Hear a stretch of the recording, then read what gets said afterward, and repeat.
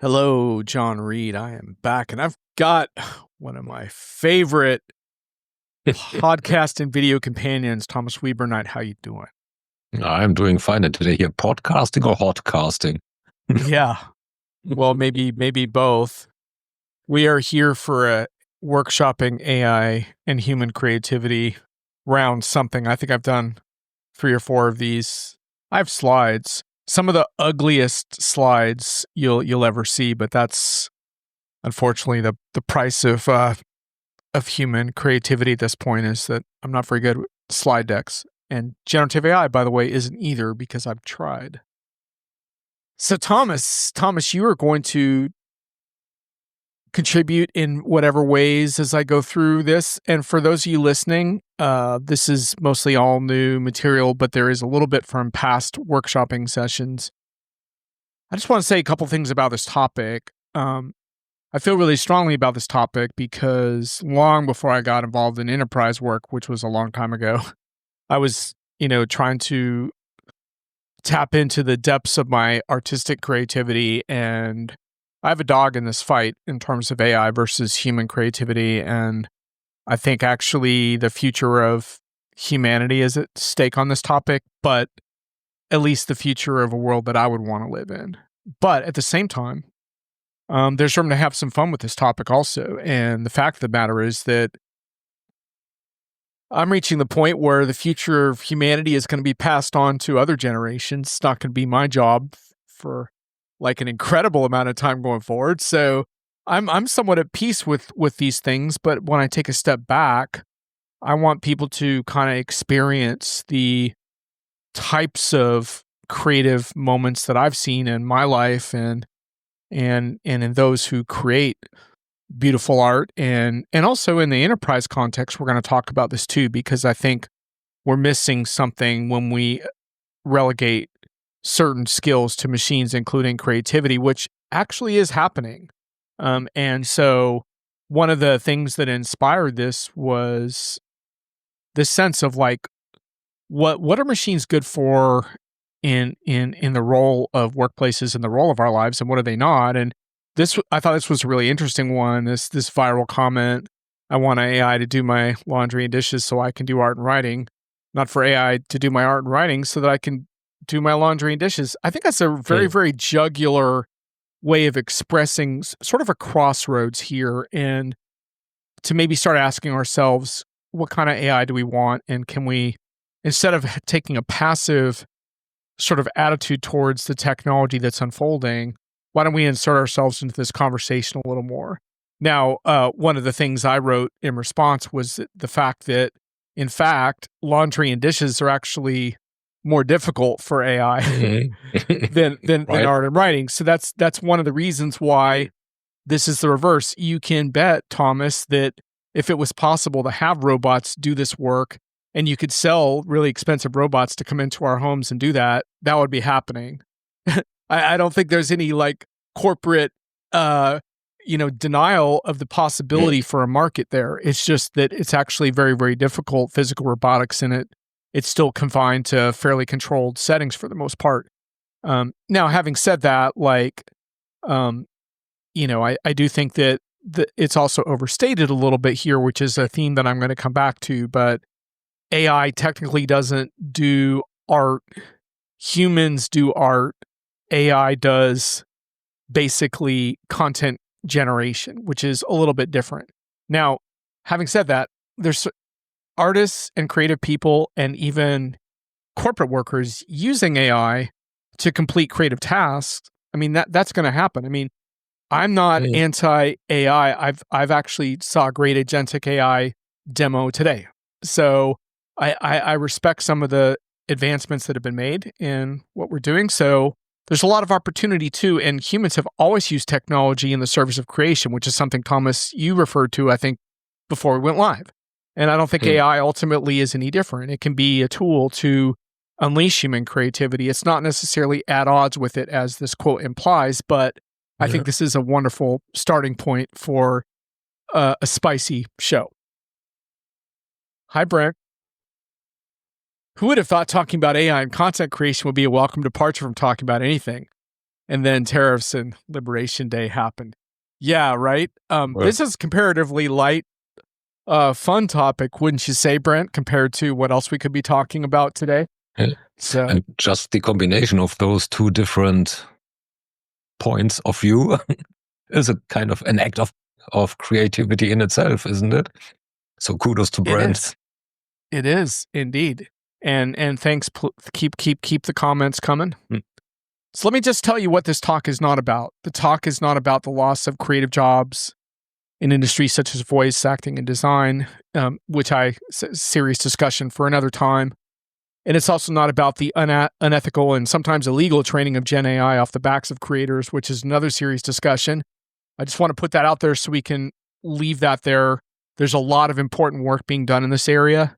And, if you follow my feeds and articles, you know that I link to that content. So there's a lot of unresolved lawsuits as well, but that's not what we're talking about today. So we are severely limiting our own creativity right now. We are restricting the focus a little bit. Now, obviously, if you really want to go there, we can go there. I'm just saying we got an hour's worth of time, and there's some things I want to cover, and those aren't the things I'm going to spend a lot of time on today. Whether today's generative AI is truly creative, whether it will evolve into sophisticated creativity, I'm not going to talk a whole lot about that.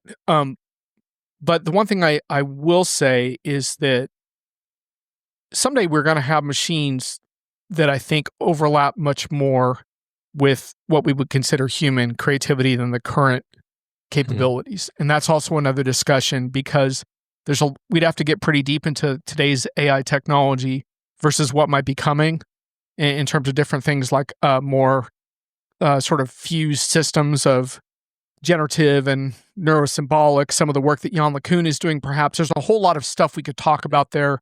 That's not what we're going to talk about today either. So what the hell are we going to talk about, right? What we're going to talk about is what I can't even read because this stupid thing is in the way. But what we're going to talk about is the future of human creativity and why human creativity amidst machines still matters in the enterprise and beyond. That's what I want to talk about today. So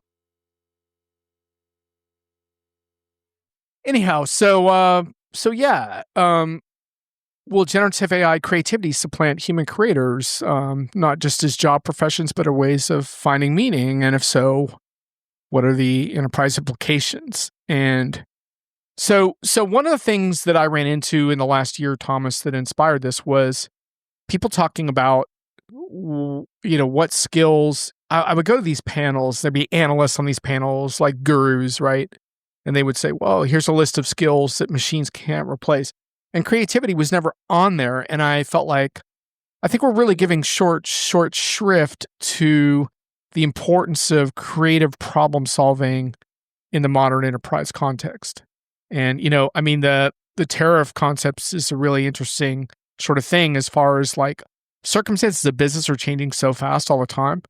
And we have to be able to adapt constantly, And so to me, creativity isn't just about what a creative person would do. It's kind of how we all approach our work and our jobs. And I think we make a really, really big mistake if we think that AI is going to take that off of our hands. Now, we could have a long conversation about the kind of stuff that AI is pretty good for in a content generation realm. And that's a whole another discussion we could have, as far as I've seen some interesting use cases. I have a friend who's using it to create podcasts that she can share with clients. And I'll get into a little bit in our discussion why that can be useful from kind of a so-called hyper-personalized perspective of giving someone a podcast that was created just for them with their data, right? And two people talking. That's kind of interesting. And the content generation it can be really useful. I just really got troubled when I just felt like this essential skill was being left off the map. So I'm putting it back on the map and saying, don't give up on human creativity, folks. You're going to need it if you want to be successful. So, yeah, this is what we started to talk about just before we went live. I think Well, let's start from creativity. What is creativity? And I'm just on the Britannica pages right now. Something else than All my right. usual haunt. So what does Britannica say is creativity? The ability to make or otherwise bring into existence something new, whether a new solution to a problem, a new method or a device, or a new artistic object or form. This is quite abstract. Not to say abstract to an extent that it's almost meaningless. So what is new is another definition, or is another point there. New is something to me that I haven't seen before. Now, in that sense, one could say there's something like machine creativity, but how does it get exhibited? So this gets into the skill section that you that you previously mentioned, is the ability to create something new. Is, let's say, a painting. So, well, give me a pen, and the painting that will be resulting out of it is beyond abysmal. So you won't make me a Monet or a Van Gogh or whatever. Yeah. But I have the ability to express my thoughts. So, and this is probably the most important change that this technology brings. So it enables people like me who are totally, was it left-brained, right? So on the logic side, or pretty much on the logic side, to create something that can be perceived as artistic. Right. By virtue of me being able to express it. And what that basically does mean is ultimately it's just another tool it's just like a pen, just a bit more complex. And the prompts are probably a bit more expensive too. Yeah, and there are interesting use cases for that. There's not, I don't think that the use cases for that are going to drive the enterprise forward in a powerful way. But there are things you can do. I mean, like, for example, I made a friend of mine a birthday animation because I'm not very fast or good at video animations. I use generative AI to do that. Having said that, the reason that it went over well was because of the script that I wrote. And I'm good at that, right? So I had like humor and funny touches and but there was a part of it that I couldn't do, and that really works well. The podcasting example that my friend uses is interesting because it's a hyper personalized thing you would send to a client. And one of the things she said to me about it was, I can't do that at scale for all my clients. I can't personally do that. I can use this tool, and it actually discusses their situation. It's kind of like a engaging way of giving an update on evaluating their performance based on survey data in the form of a podcast that's machine generated. It's pretty cool. But so there's something relatively creative about that format, right? But the reason I would call it content generation and not creativity is because it's relying on existing data to produce an artifact. It's not going to pull in something new and different. It's not going to have a new idea unless you prompt it. And you could prompt it, but that's the human inserting itself. And so I think what we're going to see a lot is sort of these hybrid things where the machine gets all the credit, but in fact the human creating the prompt or the script is actually a crucial part of how the creative artifact got put. But I'm taking a little bit of a step back in my definition of creativity and not just talking about work product or intellectual or IP. I'm also talking about just how we approach the workplace and our jobs. And one of the things I think about in terms of creativity is adapting to constantly changing circumstances with a problem-solving mentality. And in my view, that is a characteristic we're going to be looking for in the employees of the future. And so we just don't want to lose track of that because we're kind of off-ramping creativity to machines that appear to be better and faster at us at that process. So with that in mind, so this is where I challenge my own argument, Thomas. So I'm going to try to deconstruct my own argument a little bit. So yeah, I'm sure you can really help push this over. So here's what keeps me up at night a little bit. So I start off by saying there's no substitute for the transcendent live experience of a human artist in their element. I go back to Bob Dylan, 1966, There's some bootleg performances of him playing places like the Royal Albert Hall with just an acoustic guitar, and you could hear a pin drop. And like the people who were there and experienced that, like, were part of a moment that they'll never forget. A machine can't do that. Not right now. Taylor Swift is another example, and I'm not a big Swiftie, but I've talked to Swifties and I know how they feel about those concerts. Like, so those are kind of peak creative experiences to participate in that are really not threatened by anything a machine can do today. However, how does creativity get threatened in that context? One is abundant mediocrity becomes a proxy for quality. We settle for choice over transcendent experiences. And I concede that AI could someday generate films as dull as Batman and Robin Part 75. Anything that has a formula could potentially be recreated pretty easily. So the more formulaic and mediocre the content we accept is, the more I think AI can supplant human creativity in an artistic sense. The next big concern I have is that viral engagement becomes a proxy for quality. And I've written an article about this in Diginomica because what kept me up at night thinking about it. And you see that all over our social feeds. I saw it on LinkedIn today. I'm guilty of that as well to some extent. Right. I mean, we all are looking for some level of engagement, but there's a bunch of stuff 404 Media is doing right now on how AI, what they call AI slop, getting like tons of views on Instagram. And it's really honestly very, very disturbing. AI generated content. It's so disturbing I can't even like describe it in this thing. But let's just say it's for mature audiences only kind of viral stuff that has a real shock value to it. And again, like if that starts to dominate the landscape to a point and it gets the engagement, then that does become a proxy for quality. The next one is hyper-personalized AI-generated content becomes a proxy for quality.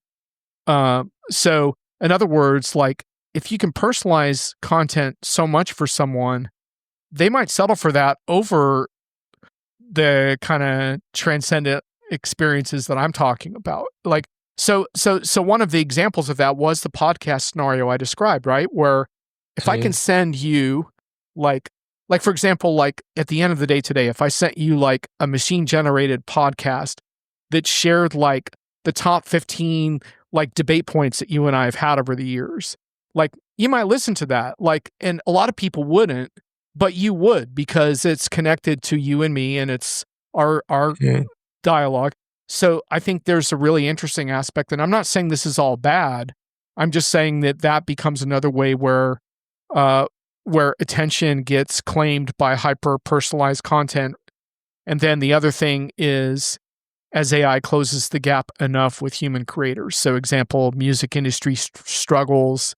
Most music for music reactors is decades old. I could have listed a bunch of examples now. Films that don't get made anymore, like Apocalypse Now. David Lynch, my favorite director of all time, gave up on Hollywood long before AI even came along. But so the point being like that when you have like a decline in the caliber of the best art, then what AI can produce, the gap automatically closes.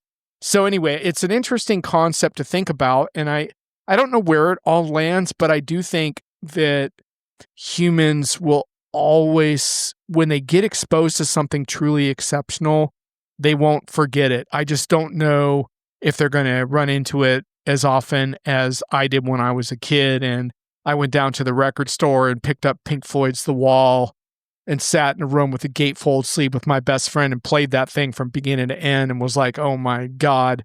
I don't think this generation gets to experience that kind of stuff so much in that immersive capacity. On the other hand, they get to experience a kind of connectedness with technology in a network capacity that was totally foreign to me. So I'm not saying that my experience is necessarily better. It's just different. Well, talking about the kids, I think things have changed, as you wrote there, from quality to quantity. I mean, if I look at mine, they are constantly exposed to stuff. I now call it stuff. Some do TikTok, some do whatever else. And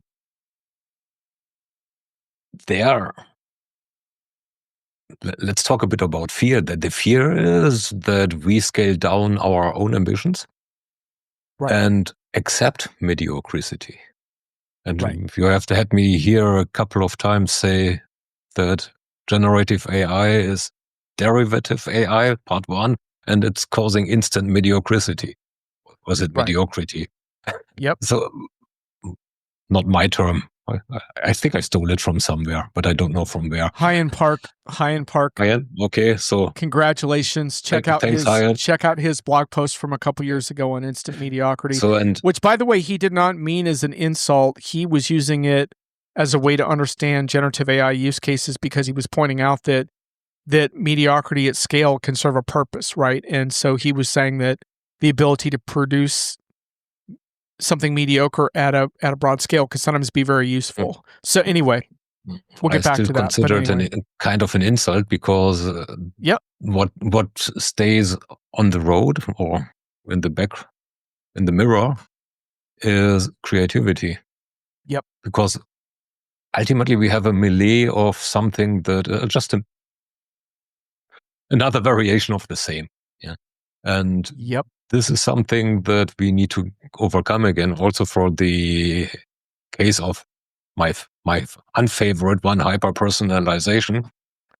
You just create another type of noise, then you're still noise. The signal gets lost. Right. And this is exactly what this term shall suggest, that there's a signal. And right now, even the signal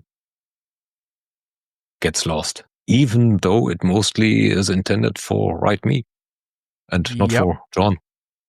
It's for Thomas, not for John. For you, it's a noise anyways, and for me too. And this means that the creative juices, wherever they come from, are not properly used. You're heading into the crescendo of my talk with those comments. No, it's great. We're gonna get back to those comments. Short circuited the next half hour. No, we're all good. We'll get there. So now I want to take a look at the enterprise creator, because before I took a bigger look at creativity. So enterprises still need to notch wins, and skilled professionals are needed. Reaching informed buyers and leaders with relevant content still matters. They need that info for continuous learning. I've written a whole book about that as well. By the way, a lot of people don't know this, but I've written 2 books on creativity that I don't talk about them much because they have nothing to do with the enterprise. But anyway, just as a context for where I get all this content from.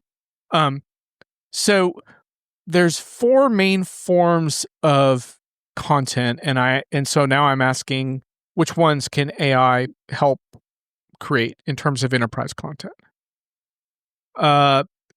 Helpful content. Customer use cases are at the core of that. It's the bedrock of your content strategy. AI can help write these to some extent, and I've seen some examples of it. I'm a little wary of it because it can be very jargon heavy, the AI write-ups, but I've seen it work a little bit. But you still need someone to do a really good in-depth interview. And Thomas, you publish this type of use case content on videos and in writing. I recommend folks check out your blog for some examples of that. AI can help a little bit maybe with the writing of that, but I think it really requires someone like you to ask the questions, I think. And if you published AI written content around use cases, you would need to make sure that it contained issues of challenge on the project, how change management was handled, because AI would have a tendency, I think, to skirt over that and kind of present a very happy picture of a project. But with proper prompting, I think you could get it to emphasize the more challenging parts. So to some extent, I think AI could help that, but I think the core of that is still someone like you interviewing the customer and really getting a good story. Really, pretty much agreed. So what it can help with is finding points in a preparation session, finding topics that one could dive into where I am wearing my blind, and all of us wear some blinds.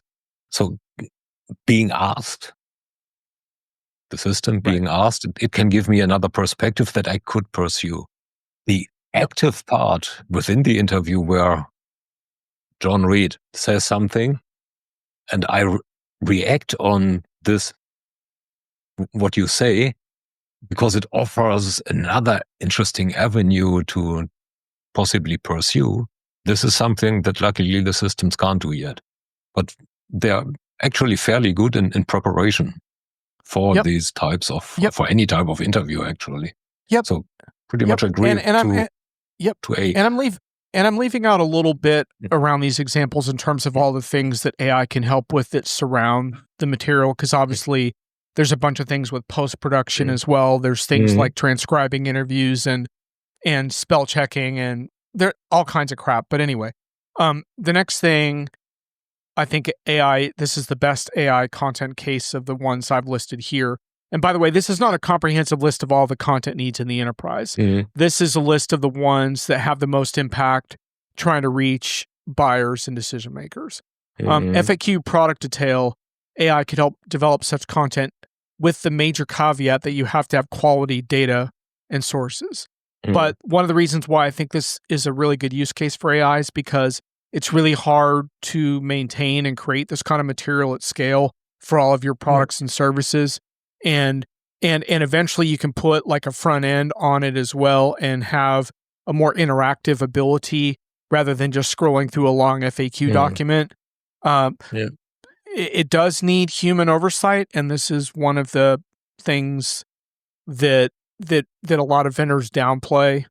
The AI is not good enough to be trusted completely, so there's some thought that has to be put into that, but you'd rather have a couple of human experts reviewing hundreds of pages of AI-generated content than hiring a huge team to try to write that content themselves. It's just not going to happen. It's not like those people lose their jobs. They don't even have jobs doing that right now. You're just not doing the content. So I think that's a really good use case for AI, actually.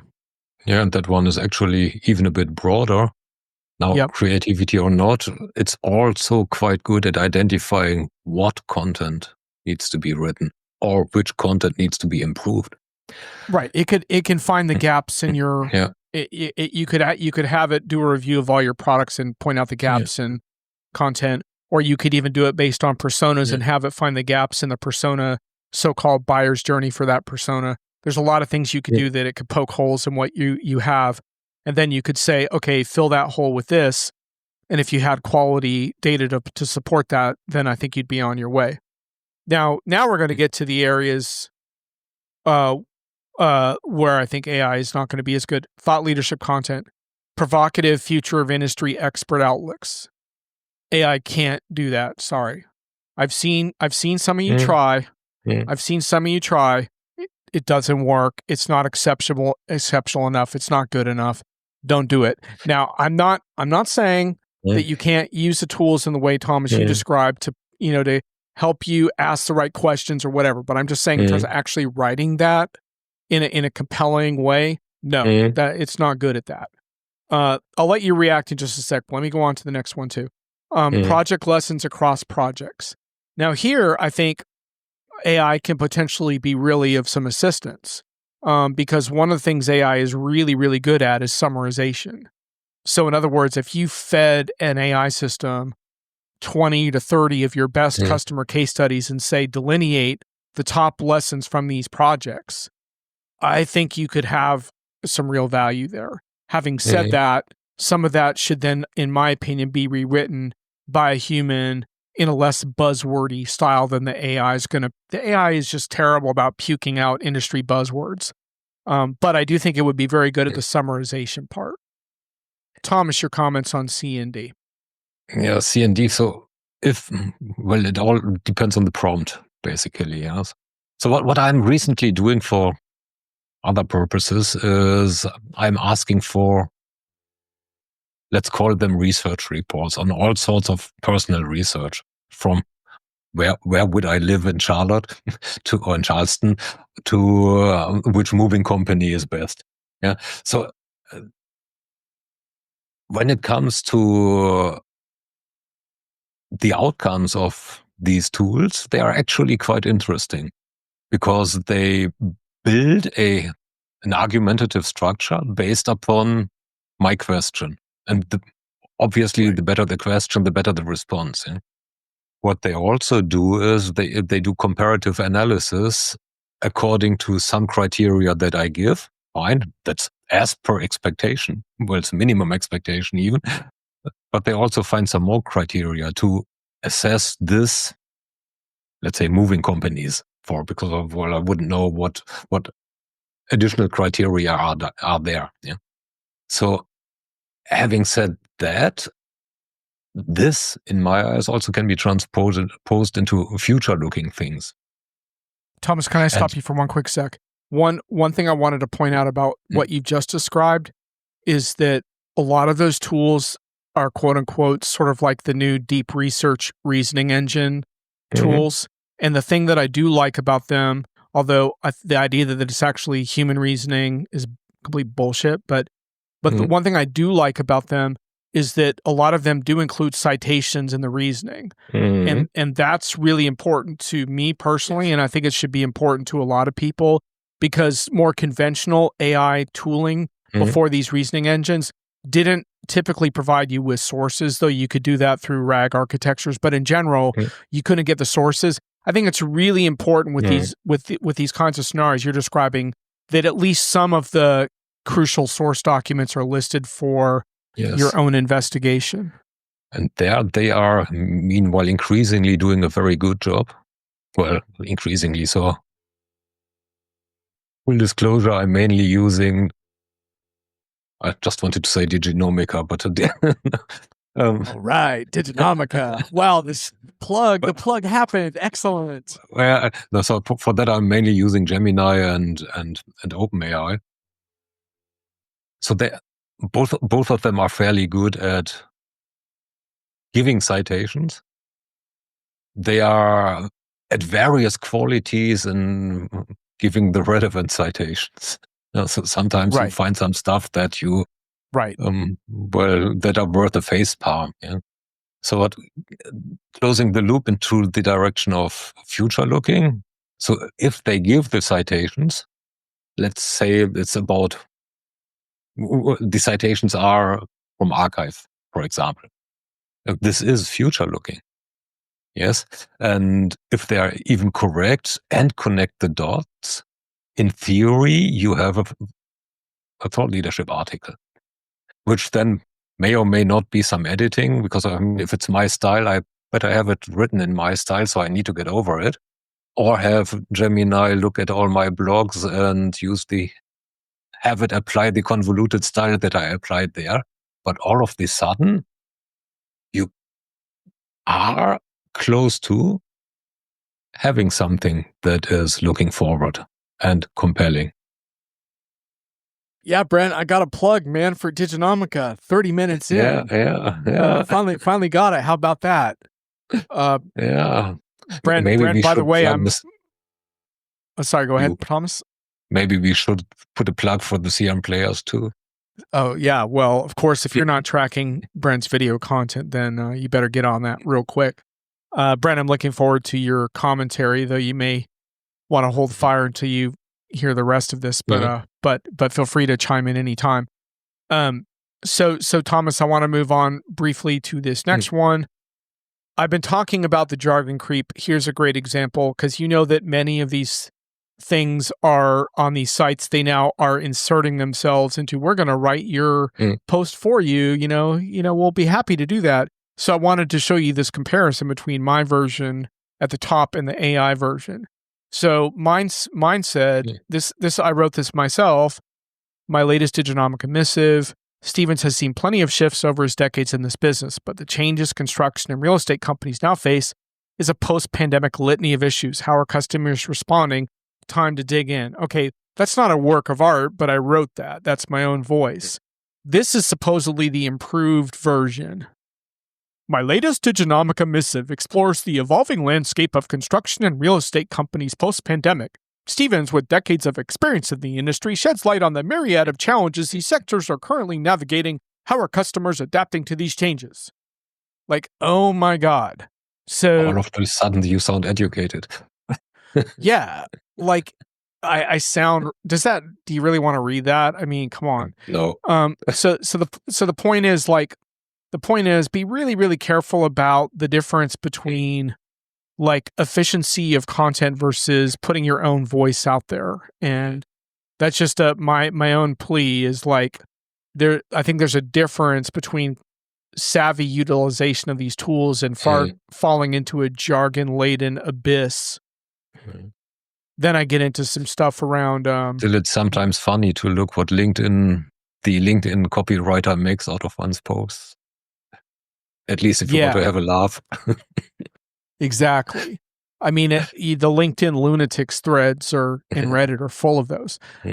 So anyway, I have some slides I'm not going to spend a lot of time on now, but because I've covered these in past sessions, but sort of what is AI good at from a creative perspective. And I took some from Josh Burnoff. I added some of my own, a compelling storyline narrative.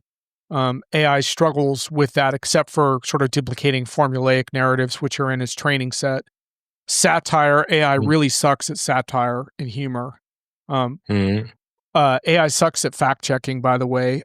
Subjectivity and honesty, exerting your own experience into your theoretical constructs.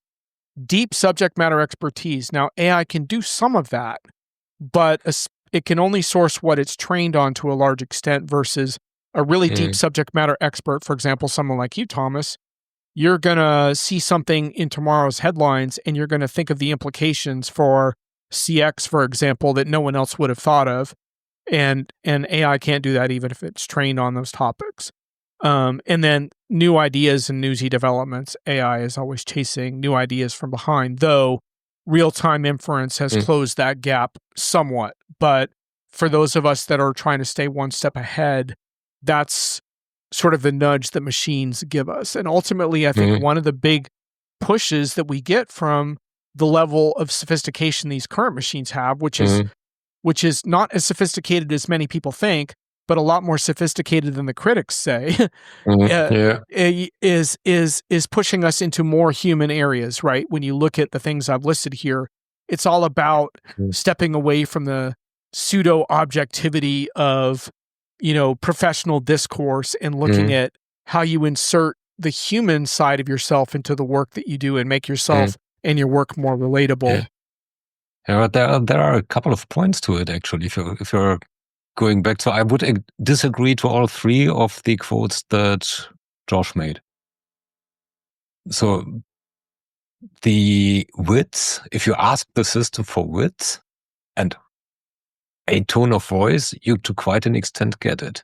Right. So let's look at my and to be fair to Josh, I think that was like a year and a half old, but I would agree with you. Okay. Like mine were, I think, better than Josh's, to be honest with you, but wouldn't disagree.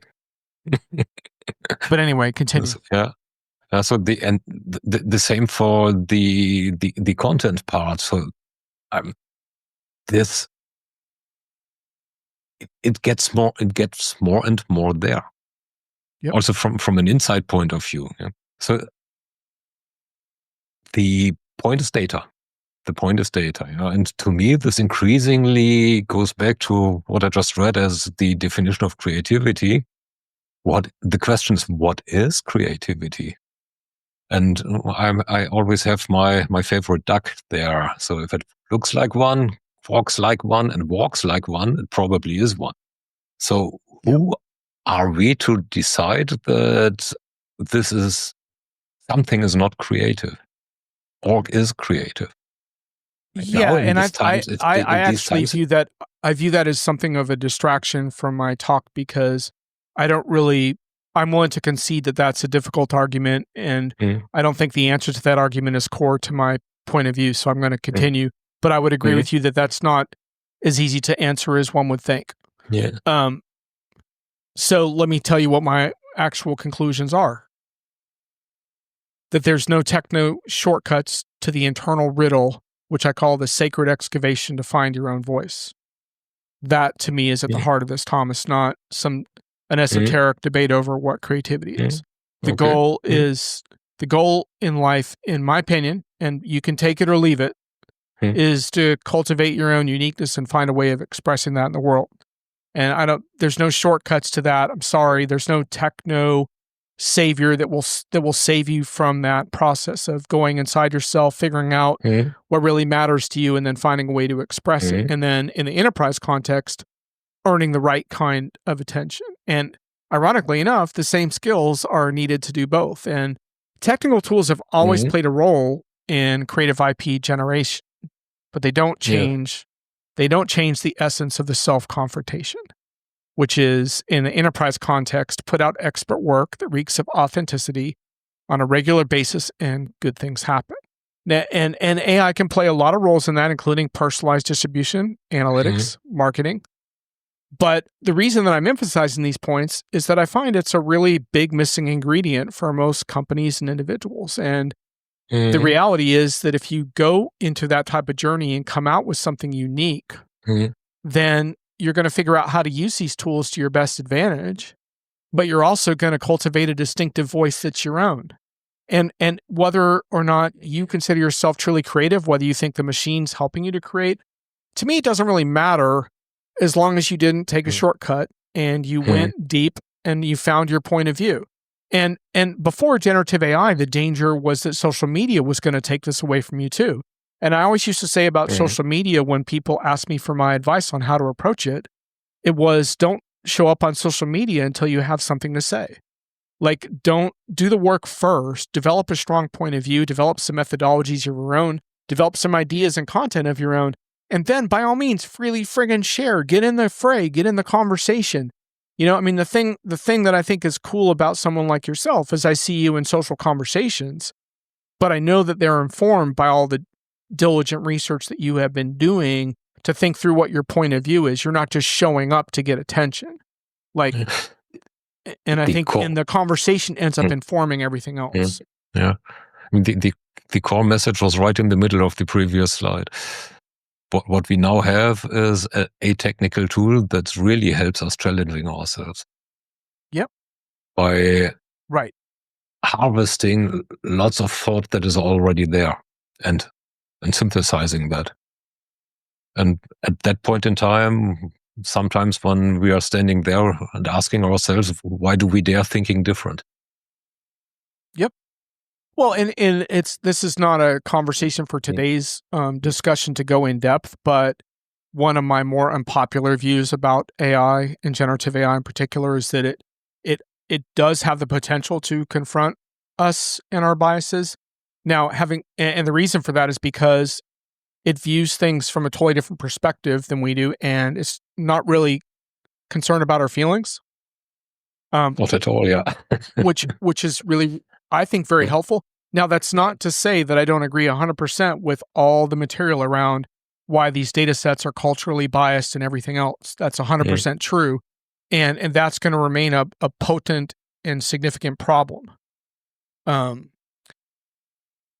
Brent says, I can honestly say you both show up for the right reasons in the right way. And there you go, Brent. I mean, the thing is that when Brent, when you're producing your content, one of the reasons why I trust that content and watch it is because you're always yourself, and you would never put like an avatar of yourself speaking generative AI to your interview guest. It's always going to be you. You might talk about generative AI with your interview guest. Maybe someday you'll interview an avatar, but it will be you. And I think that's maybe I someday have my avatar interview another avatar. Yeah, it could happen. And watch it. Comment from the sidelines. But don't count on me being there. This is a little bit off topic, but I just thought this was such a great quote. Generative AI is so much more interesting when it's about better outcomes for all, not just replacing humans in efficiency plays. And this is from this woman I discovered called Shannon Valerie. She's the author of AI Mirror. This is from a video on reclaiming your humanity with AI, like a talk that she gave. But anyway, it's really, really interesting. She talks about how the way hospital administrators think is adding this AI system on top of my costly clinicians just to improve outcomes, not just to save time. That's they push back against that, but ultimately she's saying we should be using these tools to say, what are we not good at? What are the sort of mistakes humans keep making? How can we use the AI system as a guardrail against that human error? So we know, for example, there are hospitals that use AI tools to double check our work in ways that can lead to better outcomes than relying on the human alone or the AI system alone. But you have to be willing to invest in better outcomes, not just cheaper outcomes or faster outcomes. I think that's a really lovely way to think about it. I'm not saying that that's how it's going to play out in all of the world. I'm not that stupid or naive. But I do think there's a role for individuals and companies who want to go about it this way and really want AI to serve in the service of better experiences for all. And I do think it's possible. So anyway, if you haven't checked into her work, she's got a big mind. I mean, it's most certainly possible, just that our human thinking business thinking is different. Yes, right. And to some extent, you're going to have to get some efficiency plays to build momentum. And I get that. And so I'm not saying that efficiency plays are always wrong, but I think this is a really good framing, and she's got a lot of interesting examples along these lines. So this is all fresh material on my conclusions. So do the reckoning, find your unique voice, build your mastery around it. And I say there's no shortcuts to the creative cycle of reflection, research, reflection, creation. And, I've defined this cycle in different ways over the years, but this will serve you well. And it will still serve you well. And in fact, I think it will serve you better. Now, if you're someone like Thomas, and we can talk about this more maybe in a future video, you've integrated these tools into this process quite a bit. And I don't have any problem with that at all. And I use them somewhat. I think I'm not as embracing of it as some, but I do. And the point is that cycle continues, and that's how original work is created. Do not minimize the value of human creative problem solving on all aspects of business, which is sort of my thing of all the gurus on stage that are not listing creativity amongst the skills the future workforce needs to have. Come on, get a clue. Don't let generative AI evangelists and Kool-Aid adopters of this technology let you diminish that beautiful, brave adventure. But experiment all over the place. Have fun with these tools, but also take it from an ethical vantage point, and you and I will have no problems. Finally, immersive and interactive content is still indispensable. We're not going to fix technology projects or our vexing social problems with 30-second AI-generated content snacks. Thomas, this is where you were heading a long time ago in this video. And this is from this longer video appearance I did with Brian Solis and John Cow a couple years ago. You can see on YouTube. But the quote is actually quite a bit longer than that. And I want to share a little bit of that quote with you. And then, Thomas, you can react to these conclusions. So what I said in the video interview is that well, first of all, I got really pissed off because I saw someone throwing up this AI that supposedly could create a free-form guitar solo that sounds like Frank Zappa. And I said, if you have no idea what Zappa fans care about, there's no way they're going to get fooled by that soulless crap imitation. Sorry. And then I kind of went on to talk about this whole thing around what is quality, which gets back to your thing around what is creativity, and what is quality is a whole different thing too, because you could perhaps make an argument that quality is what gets our attention. And if quality is just virality and shocking content and content snacks and baby pictures and stolen artwork, then, it is what it is. But snackable content, seems more likely to generate impressions a lot of times than in-depth reporting. Hyperbolic headlines outperform descriptive ones, and maybe reader engagement becomes a proxy for quality. And I guess that could happen. I'm just pushing back against that. And so, anyway, So I eventually got a pitch from someone who wanted to turn my content into 30-second AI generated content snacks. And I said that I'm going to take a stand, and I'm of course I do generate some shorter video clips, and I wish I had time to do more of them because I think there's a place for them. But I hold by my point here that we need deeper immersive content to get to the heart of the enterprise problems that we face and our vexing social problems as well. And I go back to the video that you and Sam Gupta did earlier today, where you had a very, very in-depth discussion on AI processing models and consumption-based pricing and value-based pricing and all of that. And this went on for quite some time, and you even took a bunch of peanut gallery comments from me. We couldn't have solved that in 30 seconds. It would not have been satisfying. It would not have been useful to the enterprise decision maker.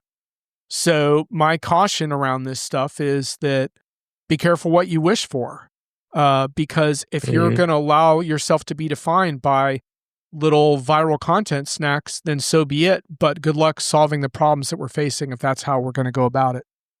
Yeah, that's what most of those people who solely create this stuff are actually not even interested in. My cynic worldview is they are solely interested in their own income, period. Sure.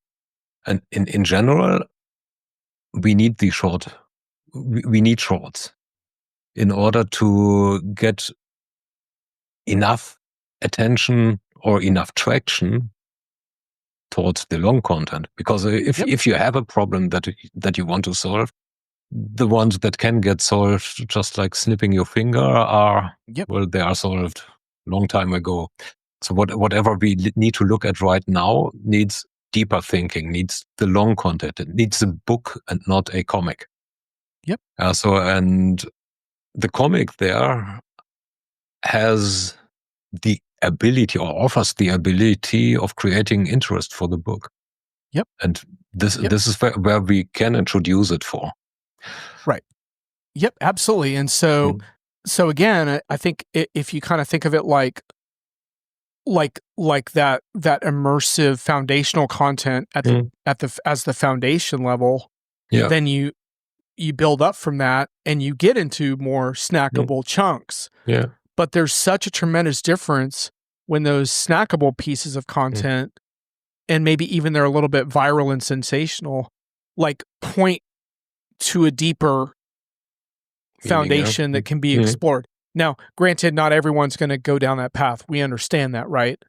But creating that not only gives you that credibility factor that you need in an enterprise context, but it gives people that chance to go through that thought process with you and discover through your journey how they can approach those kinds of problems and maybe adapt it to their own needs or reconstruct it. I mean, a lot of times the value of going to an in-depth piece of content is to deconstruct it and figure out a different way that you would do it. But you still need to bash your head against that full thing. And like, I remember you did like a video of me, I think, on one of your shows where I went off on some thing. Oh, and then you did another one with data driven recently where I went off on data driven but the other one you did was better in this sense for this example, which was, it was something, I was trashing something about AI. I can't remember what. But the point is, there was a whole video to back that up where we got into a much deeper discussion. That was just a moment where I kind of lost my shit for a second. You put it on like a short video. But the cool thing about that was that, you could have an entertaining, listen to someone lose his mind a little bit, but then you could also go into that deeper context. And so to me, that is the best of all worlds, right? Where I'm not discounting the power of virality and the occasional sensational moment. But I do think that when it's built on a bedrock of really immersive thought, it just carries so much more weight and is such a wonderful adventure too. I mean, that's how I found out about this woman, Shannon Valerie, that I quoted. It was like actually like a YouTube short, and then it led me to a longer video, and it led me to her book or whatever. And like that journey of discovery is what's so cool. It's like, instead of just seeing like something flash before your eyes in some disposable stream of TikTok algorithmic like disposability, It's actually a journey into the heart of someone's thinking Yeah. about how to create better AI for a better world. And, you Mm. know, and so to me, like, that's what really matters. And the reason that I've been able to kind of really enjoy my enterprise work is because, like, not everyone cares about this stuff in the enterprise, but the beauty of it is if you don't care about some of these issues, you're not going to have successful projects. You're going to have shitty projects. So, fortunately, there's some people that want to have successful projects out there, and Luckily, yeah. that's why you and I still have careers, man. Mm. Question is how much of a career I do want to have, yeah? Or how much fun doing what I do I want to have. So Right. Yeah. there I actually look at it the same way as I said this morning. So you need to define your own success as a consequence, not as an objective. Right. Because if a career happens to come out of that, this is because I am actually, or you have a career out of Diginomica is quite successful. But this is because the stuff that you publish is good, is really good. Yeah. And it's coming from different angles. It's opinionated and well founded. So, and my impression is that outlets like Diginomica are not doing that to promote themselves, but to help become successful. So this is exactly the outside-in approach that I am advocating for it pretty much wherever I'm not invited to be listened to. So this is probably alien thinking right now, but it's longer term, far more successful than the other way around. When you have maybe a short-term success for the next quarter and then run in front of or against the next wall because this short-termism prohibits longer-term thinking, the creative finding of solutions that work tomorrow, not only today. So this is the main difference. If I'm looking at TikTok, what are they doing? They are looking at selling yet another thing. This doesn't say that the developers of the model or the algorithm behind it haven't been incredibly creative in creating something that is as powerful as that thing. But how it's used is, well, short-term gain, nothing more. Indeed. And I think what's interesting about this process that I described about this process of excavation, finding your own unique voice and expressing it, is you don't know exactly where you're going to land in all of that. Some people end up in much more conventional occupations, and some people end up more outliers than like me.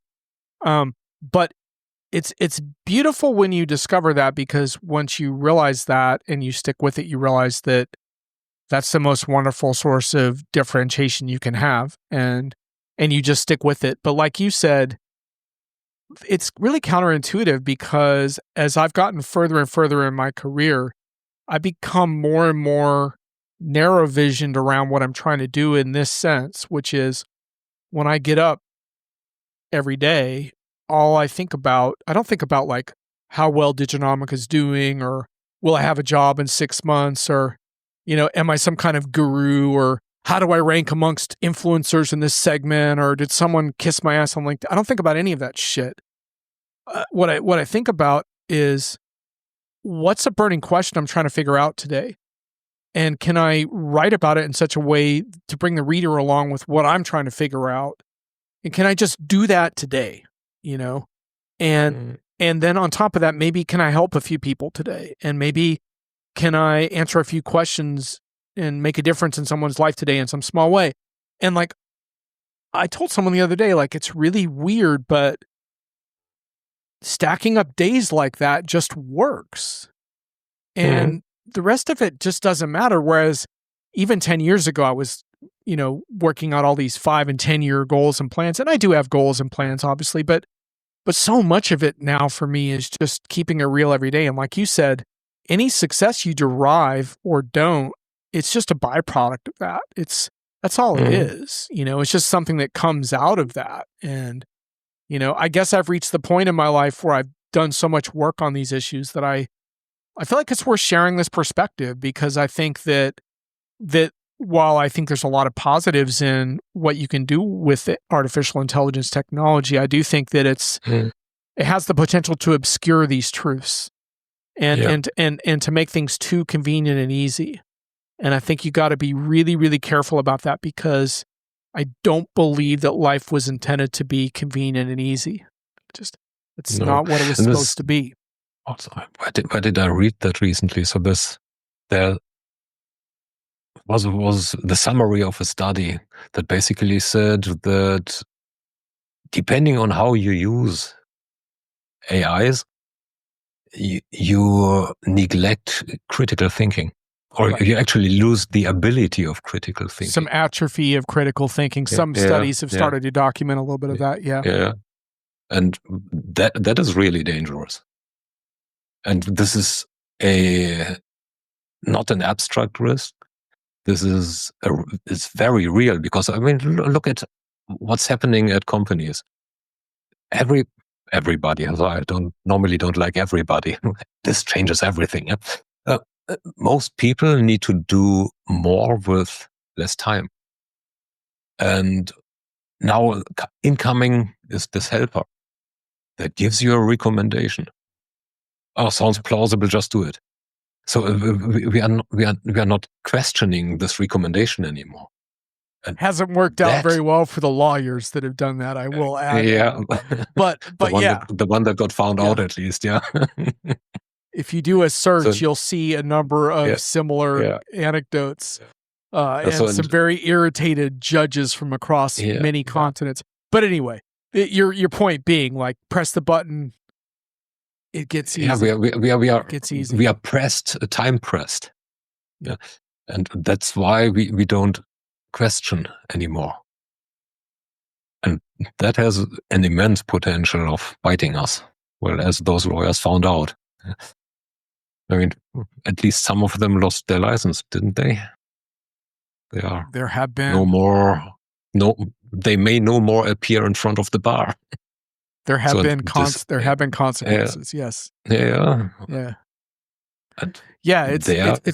It's quite interesting, because I think there is a need to be able to work with this technology, but like you said, there's also this need to figure out what deficiencies might be being created by over dependence, and how do you address that on a team level, on an enterprise level, and also on an individual level. And I think it's going to be fascinating from an educational standpoint to figure out how to do that. And I went to a liberal arts college, Hampshire College, self-designed curriculum, all that stuff, and a lot of the lessons from that educational environment have served me very well, because it was an emphasis on creative and critical thinking, not on acquiring a set body of knowledge. And obviously, acquiring a set body of knowledge is becoming more and more of a discredited way of learning in terms of memorization. And because, computers are pretty damn good at that. They're way better than human brains at memorization. Which is different than mastery. Mastery is sort of a praxis of trial and error, and but memorization's been discredited, I think, as a goal of education to a large extent. But anyway, so the point being, like, I learned all those skills in college, and it's a fascinating development now, because I have a friend that I help who has been volunteering to help a lot of these colleges. A lot of them are in financial distress right now, which is quite a fascinating, tragic twist, because the education they're providing is pretty much exactly what you need to work amongst these machines right now. And although I am pushing my old college to spend more time integrating things like machine intelligence ethics and other things into their curriculum, because it can't be completely separate from the technological developments. I still think people need to learn how to code, for example, and because you still need to know how to get under the hood of these things when they break. And, this idea that we don't need to learn that anymore because it does it all for us is absolutely ridiculous. But the point is, the point is that it's really quite fascinating because the implications for education are incredibly profound, and things are moving very fast right now. And I do worry for a lot of young people around how they're going to adapt to these tools, but also still, like you said, nourish their whole selves so that they do have those critical thinking capacities, as well as being able to use these tools probably in ways that are much more savvy and intuitive than anything I've ever thought of, because they're growing up with these tools in a way that I haven't. So, it'll be interesting to see if they can take some of the best of what I got, but then also they're going to have stuff that I don't have. So. Yeah, and the colleges and universities, they don't know yet themselves where they stand. My oldest is in college. She has classes where it's absolutely supported and actually required to work with tools like ChatGPT. And in others, they get points docked if they do. So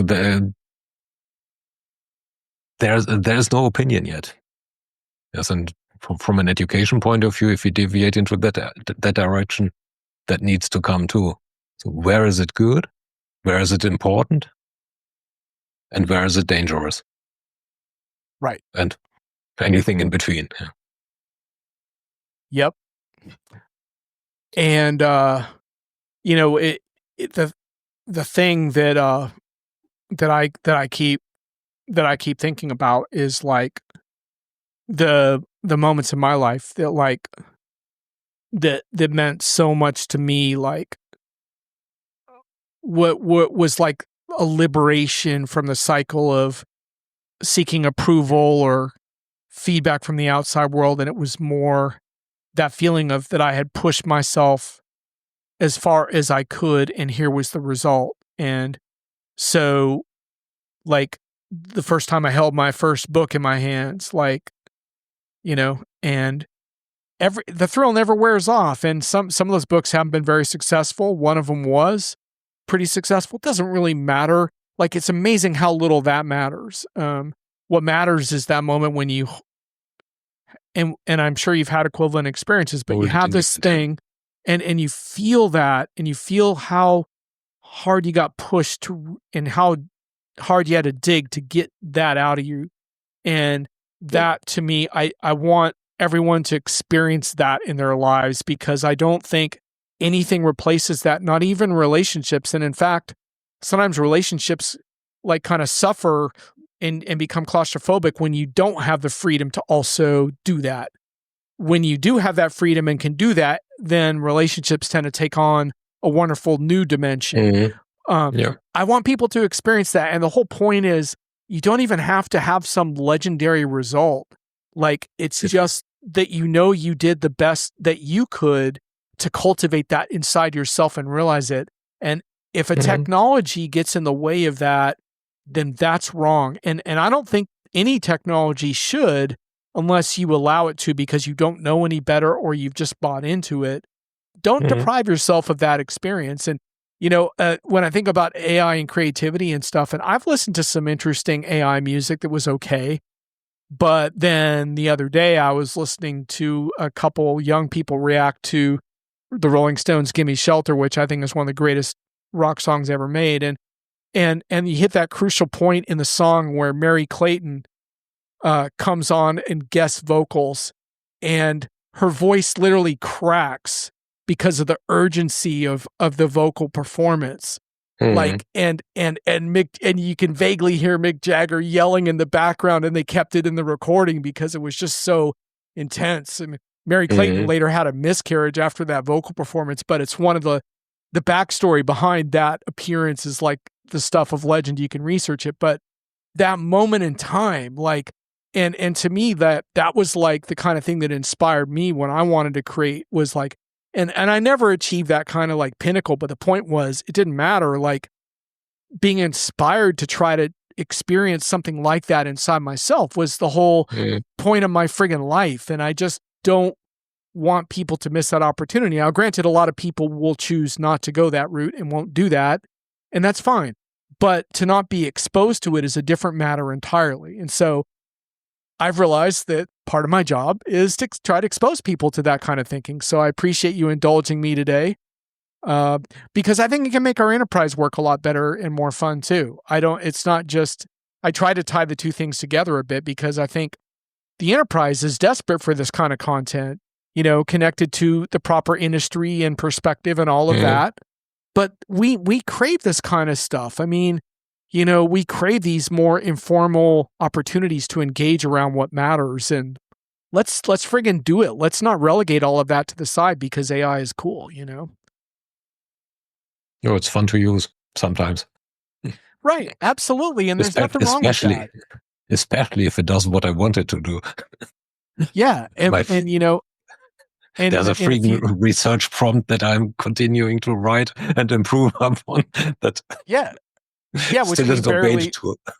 which we barely touched on your research stuff in this episode, but we may return to that in the future because that's a whole interesting animal of you trying to become. It might be interesting to do a juxtaposition because you're doing that where I'm still relying on my 1,100 carefully curated RSS feeds as probably one of the key ways that I interpret the enterprise, along with my podcast feeds, which is my supplemental thing is all my podcasts. But anyway, it might be fun for us to juxtapose like my RSS approach to your finally honing your prompts, It probably takes as long to hone that prompt as it took you to create your RSS feed. Hey man, the work is done now. I mean, the work is done now. Back at the time, I was like, this is so cutting edge. I've got 1,200 feeds and now I'm like a dinosaur, but works until they cut off RSS. which they probably won't because feeds still propagate the world. You just have to know how to excavate them. They're getting a little harder sometimes to pull out, but you can still find them. The other way of thinking around doing the same with another technology is, does this technology simulating an RSS feed via a prompt actually add value? Or is it like blockchain, just doing the same thing at higher cost?